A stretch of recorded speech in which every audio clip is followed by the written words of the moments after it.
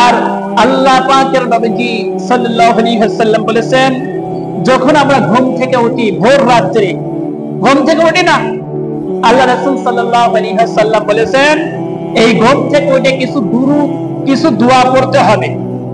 এই দোয়া যদি জানেন তার অত্যন্ত আপনার জন্য কার্যকারী, আপনার জন্য আমল। এই ঘুম থেকে উঠবেন, ওই সময় আপনি একটা দোয়া পড়বেন। এই দোয়াটা যারা জানেন তাও আমার সাথে মুখের সাথে ঠোঁট মিলান, জানেন না তাও আমার সাথে ঠোঁট মিলান। ঠোঁট মিলান না পারলে তাও সওয়াব, ঠিক আছে?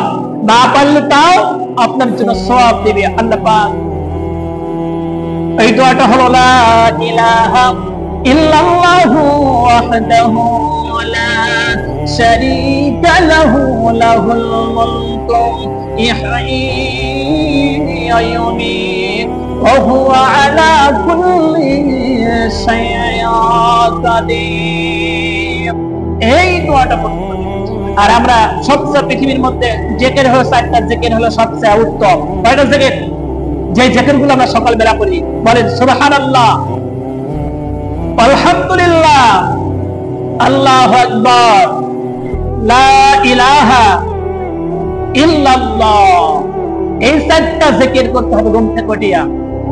আর আপনি আরেকটা বার লা হাওলা ওয়ালা কুওয়াতা ইল্লা বিল্লাহি আলিয়্যিল আযীম, এই দোয়াগুলো পড়ে ভোর রাত্রে ওযু করে পবিত্র হইয়া 2 রাকাত নামাজ আদায় করবেন। কয় রাকাত?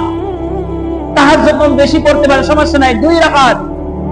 2 রাকাত নামাজ আদায় করার পর আল্লাহর কাছে দোয়া করে, আল্লাহ আমি এই বিপদে আছি, মুসিবতে আছি, আল্লাহ আমার বিপদ থেকে মুসিবত থেকে আল্লাহ উদ্ধার করেন। দেখেন আরেকটা কথা আছে, দিনের বেলায় সমস্ত অফিস আদালত সমস্ত দরজা খোলা হয়ে যায়, ঠিক না?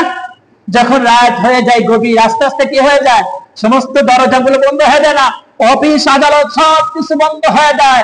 আল্লাহ পাকের রহমতের দরজাগুলো বান্দার জন্য টস টস করে খুলে দেয়। বলেন সুবহানাল্লাহ।